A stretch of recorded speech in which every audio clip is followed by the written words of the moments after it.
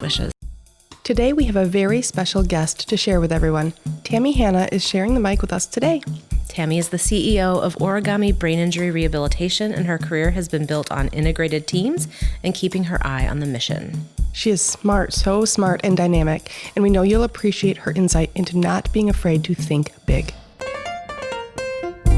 The Speakeasy Podcast, real talk about leadership and sanity in the creative industry. I'm Karen Steffel. And I'm Jen Estel. Managing creativity in business, we probably have an opinion on that. No prohibitions. Clearly, we have cocktails. It's called Fleur of the Valley. Love it. And we have two versions of it today. So special note on Tammy. She prefers things a little sweet. Jen and I like it a little dry. So we have Fleur of the Valley. We've created two versions. We have, and this has fresh pureed strawberry in it, which is just right for the beginning of spring because we're all waiting for those first strawberries to come out. And basil. All things basil to grow. It also has some American Fifth vodka in it. And then you top it off with either Prosecco if you're looking for something dry, or a little simple syrup if you want it to be a little bit on the sweeter side. So Tammy, I hope you like that concoction that we made for you. It's really good. Thank you so much. So let's talk a little bit about Tammy. Tammy's the CEO of Origami Brain Injury Rehabilitation. You've just celebrated, you've passed some really big milestones recently. You've celebrated your 20th year at Origami, and you just finished your MBA at Michigan State University. So congratulations on both of those things. Thank you very much. Deal. It is. It's a huge deal. You are a very dedicated servant leader, and you have had years of progressive leadership experience in rehabilitation. You started as a clinician. We'll dive into that a little bit more. But you're also a huge advocate, sitting on different committees and boards for brain injury rehabilitation. You are also on the board of directors and executive committee for the Coalition for Protecting Auto No Fault. And you're a lifelong disability advocate. I am. Thank you for being here. Thank you for having me. I'm super excited to be here. We're excited to hear from you. Not to mention all that, you have two small children at home, right? Your children are how old? I do. So I have Avery, 10, and we have Callie, who's 8. So Right. 2 daughters. So the thing that hits me always first is, how did you decide to do an MBA when you're managing everything you manage? I mean, maybe I'm skipping to the meat of it here, but come on. Yeah, I ask myself that quite a bit too. Through the program, I've asked myself that. And, I wanted to do it earlier when the girls were even younger. And I kept putting it off, thinking this isn't the right time. This isn't the right time. And through continuous conversations with my husband, Eric, we just realized there's never really going to be a perfect time. Mm-hmm. There will be a sacrifice for the family regardless of when I do it. And when I enrolled in the program, I had a 6-year-old and an 8-year-old, and both of them had homework. And so they understood the concept of going to school, needing to study, and having homework at the dining room table in the evening. So I did it. I applied, and I enrolled, and a couple months in, I thought, what did I do? What did I do? And so I would go to the library, spend hours at the library, and I'd come home and I would speak with Eric and say, I think I made the wrong decision. I need out. I can't do this. 20 months of this. And he listened. He was a great rock, great support. But then there was one day when he said, then just quit. And that word doesn't work. I was like, I'm not a quitter. Yeah. And suddenly I was mad at him for saying that because that's not what I wanted. I wasn't really looking for a fix, but I wasn't thinking he would say that. In that moment, I'm like, I need a better attitude. I need to embrace what I signed up for, and I need to push through because I won't regret this experience, and it's temporary. It's temporary chaos. That's so great. And you're through. I'm through. And I think I made it. It's such an interesting story because so many young families go through this, right? So many people make this decision, and you don't know what it's going to feel like till you're in it. So it's interesting to hear your take on that.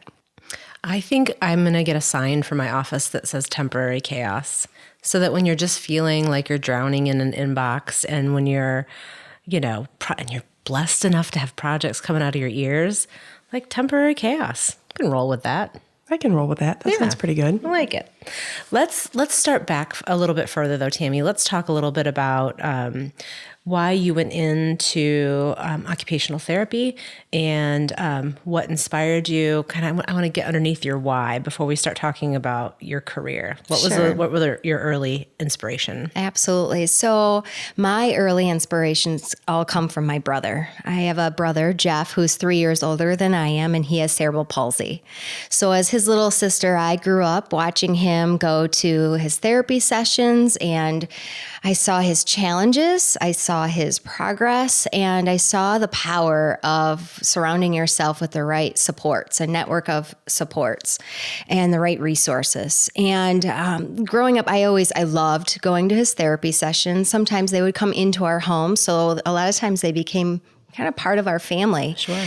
And I loved the occupational therapy sessions. I remember them helping him how to learn how to put on his shoes and to be able to pour milk into a bowl and all those little things that we take very much for granted. Sure. I saw how much he had to work and then finally get it. And so I was inspired.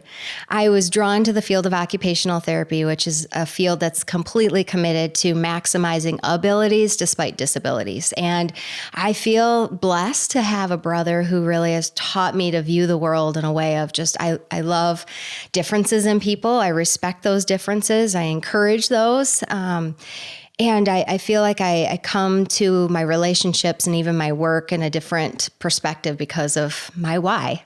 Yeah, absolutely. I love that story. It's not the first time I've heard it. And that's why I definitely wanted to incorporate it into kind of laying the groundwork for this conversation. And I know you're one of 4. I am. And so kind of you were talking about how important your resources and your support is. And the family became so much a part of therapy and support. So you got your OT training much earlier than when you went to college. Very early on. And for me, it was just normal. Like that's all I knew. And I thought that's just how it always was. But as I grew older and became more aware, and especially as I started the occupational therapy program and working with other families, I realized that wasn't necessarily always the case. And there wasn't always a strong advocate in the family to help the individual that has a disability. And so that just made me want to help more people. Because if they don't have somebody in their family that can provide that support, then there's other ways of getting that support, such as organizations like I work for. Yeah.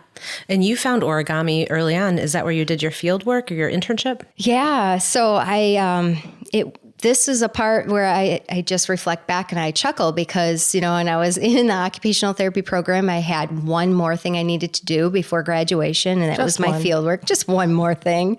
16-week placement, and there were 40 of us in the class. There were 40 placements throughout the nation, not all in the state of Michigan. There was a top hat that held 40 locations, and you had to draw into the hat, and you pull it out. And I think I was like number 8 to draw. Wow. I drew out a place that was called Origami, Brain Injury Rehab Center. And my immediate was, that sounds intense because you get literally a chapter in your program on brain injury. It's very complex and most of your education comes from hands-on experience. But I was just grateful it was only an hour commute. I could stay where, I was residing. I didn't have to be uprooted and travel across the nation to where I needed to go, like a lot of my colleagues were. I thought it was going to be a 16-week stay. I was there 2 weeks, and the executive director at that time asked me if I was a physical therapist or an occupational therapist. And I told her I'm an OT student. And she said, "Oh, great. We're looking to hire our very first full-time therapist. Would you like a job?"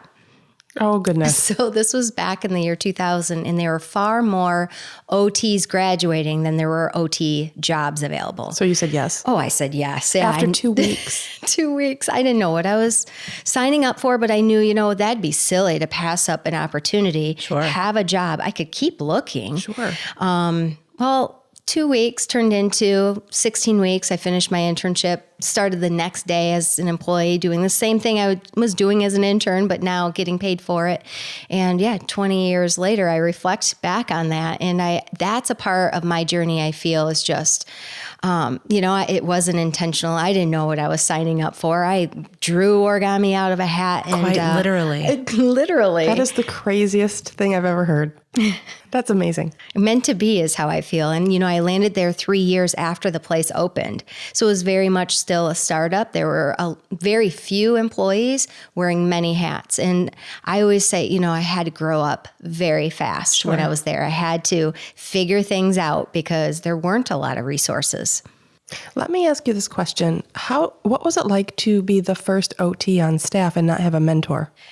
That was scary. So I had to find my mentors. And that's the part where when I reflect back at who I was then, I wasn't necessarily as assertive. I wasn't as comfortable in my skin. I lacked a lot of confidence. And I had to reach out and find those people. And when I reached out, and one of them was a professor, and I called and said, hey, I don't know how to handle this particular case. What should I do? So I was getting mentoring not only for occupational therapy and some oversight, and I asked a very experienced occupational therapist to help review my care plans, all of those things. But I also found somebody who was just somebody I admired, a female that I admired, and I could call up and ask, different difficult, questions and have her cheerleading me on. So you find your mentors if they don't surround you. Yeah. How did you know to do that? I feel like it was just me knowing I needed to find somebody. I had to get outside of my head because that's a dangerous place for me to stay, is to stay in my head. Dangerous meaning I don't always give myself the credit or the confidence. And so when I talk it out, sometimes the other person doesn't even have to say anything. It's just getting it off my chest, and I can hear what I need to do. I just knew that I was missing that piece. There wasn't anybody there, and I wanted to be successful. And to be successful, I knew I needed to set myself up with some resources. And that also included continuing education and seminars and whatever I could get around me to help me feel like I was on the right path. How many employees were at Origami in the year 2000? It was under 30. Under 30. And at what point did they ask you to become a supervisor? I was, Which you hated. Totally. It's still the titles. We can get into that maybe later. But 2 years in, we had grown, and there were more therapists coming on board. And there wasn't that person on staff that was identifying the fact that, these Post-it notes aren't getting the job done anymore. We didn't really even have email. I mean, I feel very old saying that, but there was Post-it notes. We're with you. We get it. And I thought we need procedures. Like, I'm a process person. I like plans and I like consistency, and it sets us up the structure helps to set us up for success, particularly when you have growing number of people. Well, that's interesting that you say that, though, because structure would set you up for success for your patients as well. They need structure and repeatability, right? Absolutely. And that's really where all of that was rooted, because I very much was an occupational therapist, had a very large caseload. I remember a caseload of 18 clients, which is a huge caseload. At that time in particular, there wasn't another OT for those people to see. And so I just felt like for my own sanity and for my own success in carrying out the care plans, I needed procedures. So I started establishing processes, and I didn't see it as being outside of my scope. Nobody was doing it. And I just felt like we need templates. We need to know, what do we want to put in our evaluation reports, our progress reports for our clients, all of those things. And then it started going into, well, who's going to be taking care of the facility? It started going more from clinical to administrative, and there weren't any supervisors. The primary person was out busy bringing in referrals. So I had approached the executive director at that time, and I said, we need a clinical facilitator. And she said, facilitator? I've never heard of that title. I said, they can oversee people. They don't have to supervise them, but they can facilitate processes. You were trying to get around that title. I didn't want the title. And So I got that. I was clinical facilitator. And then 1 year later became rehab manager. And then from there, it was all very much, manager to director to then CEO. But I still, to this day, those titles, I don't even like introducing myself with my title. I feel like they make sense from an organizational structure, hierarchy of who reports to who makes those decisions, all of those. I get that structure. Yeah. But I find in my own experience that sometimes those titles really bring more barriers to being able to get the job done than just being Tammy. Yeah.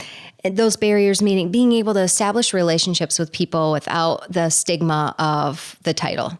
Yeah, I actually much prefer introducing myself as a producer than I do as an owner. I don't know why.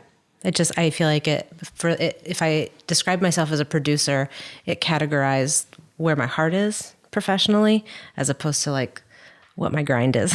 Completely. It levels the playing ground, whether legitimately or not. I mean, ultimately people who get to know you, they know you're the owner, right? But there's something about that. It's not my first foot forward usually. Well, I think some of that is rooted in care for the work, right? You started as a producer. You cared about making the product, and Tammy, you cared about helping people, and your heart is there. And it's also the most important part. Yeah. So someone has to be the CEO, obviously. Right. But that's not why you're in it, to be a CEO. Otherwise, you would have gone to business school. Right. Right? Much At least earlier. first. Much earlier. 20 years earlier. Then graduated just a few days ago. Yeah. The work, and full disclosure, Origami has been a client for a number of years. Tammy's also my next door neighbor. So I've known you a long time, but that's not why you're here today at all. I'm just so fascinated at one of the things that I think is so honorable and respectable and amazing is that there is something so special about Origami and how you go about doing business and the care that you put into addressing your clients and the way you become part of their family. I mean, many of them are residents, and I want to know how, since you came up as a clinician, how do you balance running a rehabilitation facility in the wake of auto no-fault reform and being an advocate at the same time? It feels like you're balancing your deep desire to help people with your grit to have to fight for it at the same time. It's interesting hearing you describe it that way and even make that division. They're like one and the same for me. Mm-hmm. I think the roots are compassion and a drive of helping people, regardless of where they're at in the rehab journey. And to be able to help people, it's being able to go back to finding those resources and making sure that we're using as max amount of resources and surrounding those people as possible. And funding is a huge component of being able to provide the best quality care possible. And so advocating is something I think that it feels more natural for Team Origami to really, we're used to having to advocate for more. Somebody who needs a special wheelchair, we're having to advocate and explain why they need that and being the voice for the people that we're serving. And so it's fairly natural.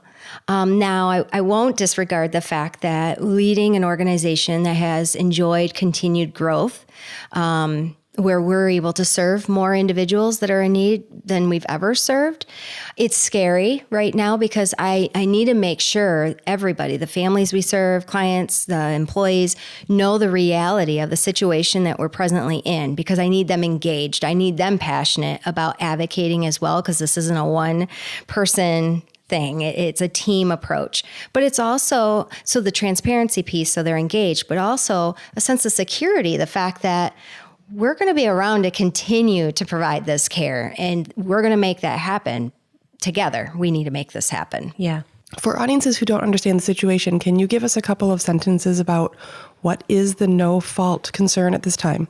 So explain this for someone who maybe hasn't been following Michigan's behaviors. Not all of our listeners are in Michigan. That's fair. And I will say the biggest challenge of advocating on this is because the message is so complex. So I'll keep So it I as asked you for simple 2 sentences. as You're possible. welcome. And I don't think I can do it in 2 sentences, but I'm going to do my best to get it maybe under 5. I don't know. Don't count. But auto no fault in the state of Michigan has been, we have personal injury protection. Every Michigan resident today has unlimited benefits. If you are in a car accident and you have a catastrophic injury, whether brain injury, orthopedic issues, spinal cord injury, you have auto insurance coverage to get rehab.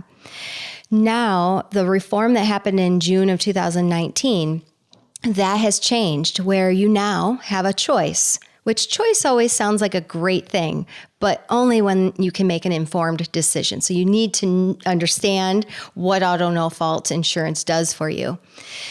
When July of this year comes and you go to renew your auto policy, you will have the option to change from having unlimited today to having a capped amount per injury, per accident.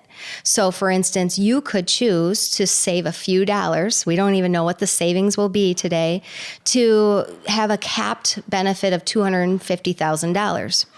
That sounds amazing, but it's not enough. No. That is, if you have an ambulance ride to the hospital and you spend a few days in the hospital and you have all the specialty equipment and diagnostics tools that they're using, it's gone. And so, and rehab extends far beyond just a hospital stay.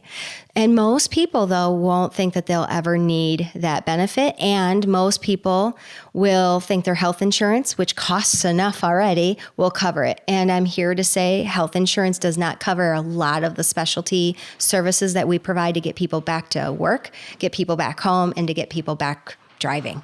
Yeah, absolutely. And the amount of money, it's really invaluable. And you put yourself in, I think all of us feel a little invincible every now and then. We think, well, that won't happen to me. But then think about it. Would you want it to happen to your sons? Would you want that to happen to your daughters? And it puts a different view on it, certainly. Absolutely. I mean, there's not a person that we have served in the 23 years that Origami has been open that planned to ever need our service. Yeah. It's true. That was really good, even though it was more than 2 sentences. It was way more than 2 sentences. I'm a complicated- rule follower, so I'm sweating that a little bit. That's okay. No, it's, the thing is, it's a complicated issue, and everybody reads the headlines and could probably, even if you're a Michigan resident, get somewhere in the ballpark of accuracy. But I don't think people understand it to the depth that you have researched and advocated on this issue. I think the headline that you hear over and over again, and we certainly, every political cycle, auto no fault has been on the chopping block, right? And it just so happened that it happened. It was maybe a matter of when, not if. And the thing that we hear over and over again is that Michigan has the most expensive auto insurance rates, as opposed to Michigan has the best catastrophic coverage. Spot on. That's the part that, is not nearly as sexy for the individuals that want reform. Yeah, absolutely. We'll keep fighting the good fight. Thank you so much. Let's talk a little bit about the growth of Origami. So there were under 30 employees 20 years ago. How many employees do you have now? We have just over 130 employees, which is still really surreal for me to even say out loud because it's hard. In the matter of 3 years, we've doubled. Yeah, that's amazing. Really hard growth to manage. It is. It is, but the beauty of having an amazing team makes it fun and it makes it manageable. Wait, so in the time you've been in school, also taking on all of that extra work, you also grew an organization. And I know you won't credit yourself, but I mean, come on, you're leading the team. Thank you. I am, but what I love about what I do is I can surround myself with people that know this part of the business and this part of the business. And I went back to school to be able to ask better questions, not to be able to do their work. And part of my schooling has also given me, I had great appreciation for my team prior, but sitting in the classroom and learning accounting and Excel to a degree I never really cared to learn, I just have a renewed appreciation for everybody that's on my team. And it's amazing how the various puzzle pieces come together and just like create this amazing piece at Origami. And so couldn't do it by myself, that's for sure, and never will claim to do that. But I can ask more educated questions, I feel, now than what maybe I could have a couple years ago. That's amazing. That's pretty good.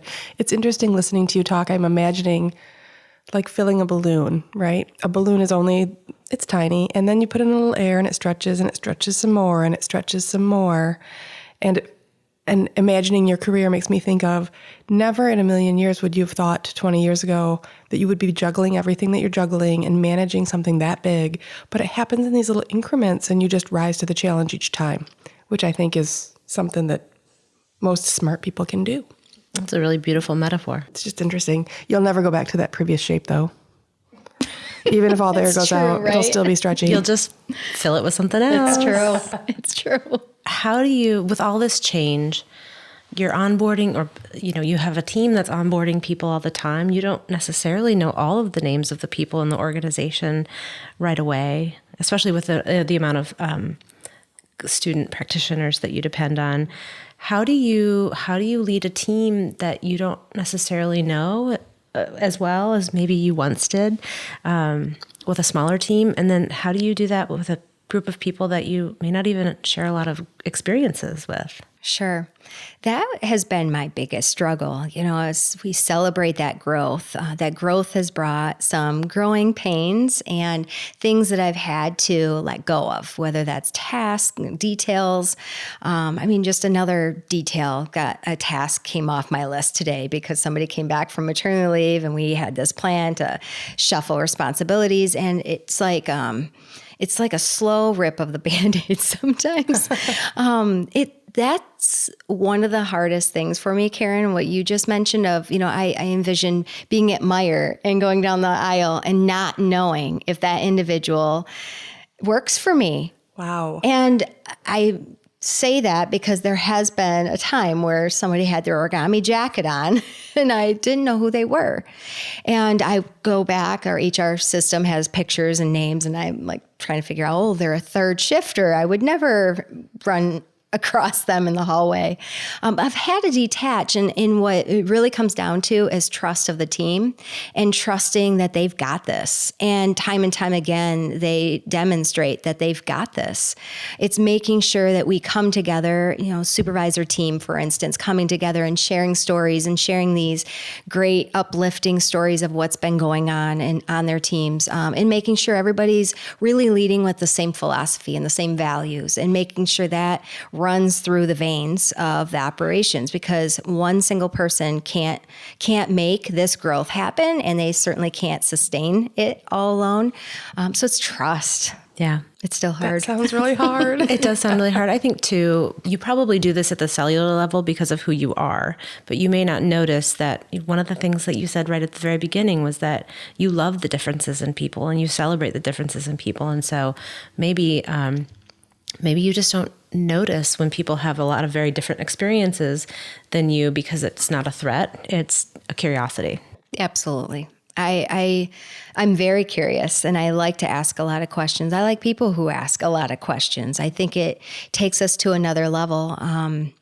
Something that I'm always trying to avoid is as the leadership team at Origami, we've worked together for many years, and we think a lot alike. And so there's the danger of the groupthink and wanting to make sure that even if you do agree with this idea, think about the things that might not be a good idea. And let's make sure we have a devil's advocate as part of our conversations and we're not just going along with it. And then seeking input outside of those meetings, I think, is really an important piece too, of gathering input and making sure that, what we see and how we feel we need to take the next step, that other people also see it and agree with that and will support it. How do you stay focused on your why? We go back to Jeff. How does your initial why, your initial inspiration, how is that present in the room when you're focused on scary business choices or frustrating growth problems? Mm-hmm. For me, I think when I go to make a decision, which is often not solo, there's a lot of discussions that lead into that decision or a decision. I always think about how it's going to impact people. And I think about the employees, because however it impacts our employees will have a domino ripple effect to the people that they're serving, the lives that we touch. And, sometimes a process change, you would think it's as innocent as a process change, that can impact people and their jobs and how they manage their jobs, how they carry out their jobs, and then that impacts the people that we serve.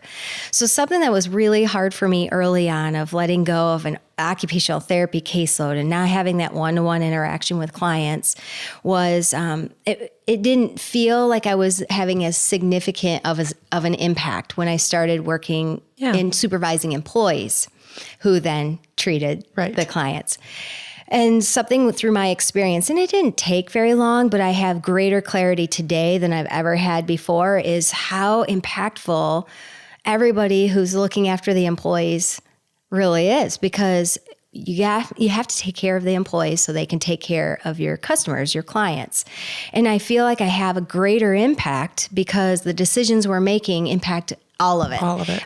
The entire mission of creating opportunities, transforming lives. We love our mission statement because it not only applies to the people we're serving.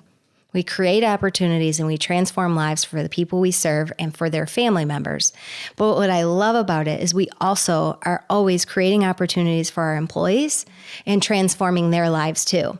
And that just speaks to my heart of just, you don't have to separate the two groups. They're two very separate groups, clients and employees. Sure. But a lot of the decisions impact them in a way that you just have to be thoughtful and you have to think about those impacts before you implement change. It's almost as if you're the embodiment of the mission. It certainly is a reflection of how you've grown up at Origami. Well, and I think it still speaks to that curiosity. You said earlier what I thought was very interesting, that you didn't know it wasn't your job to improve processes or try to organize something. So seeing an opportunity and taking it and fixing and exploring just seems sort of in your nature. And that seems to be a pretty good fit as you've moved up the chain. The C-suite. Up to the C-suite. I've seen the C-suite. Tammy shares her office with 2 other people. More of a studio than a suite. They are at capacity because they're doing such amazing work. Yeah. We have no more room to grow. We've been as creative as possible. And And in that office share, the initial, first day was just like, oh, I miss my space, my think space, right? Sure.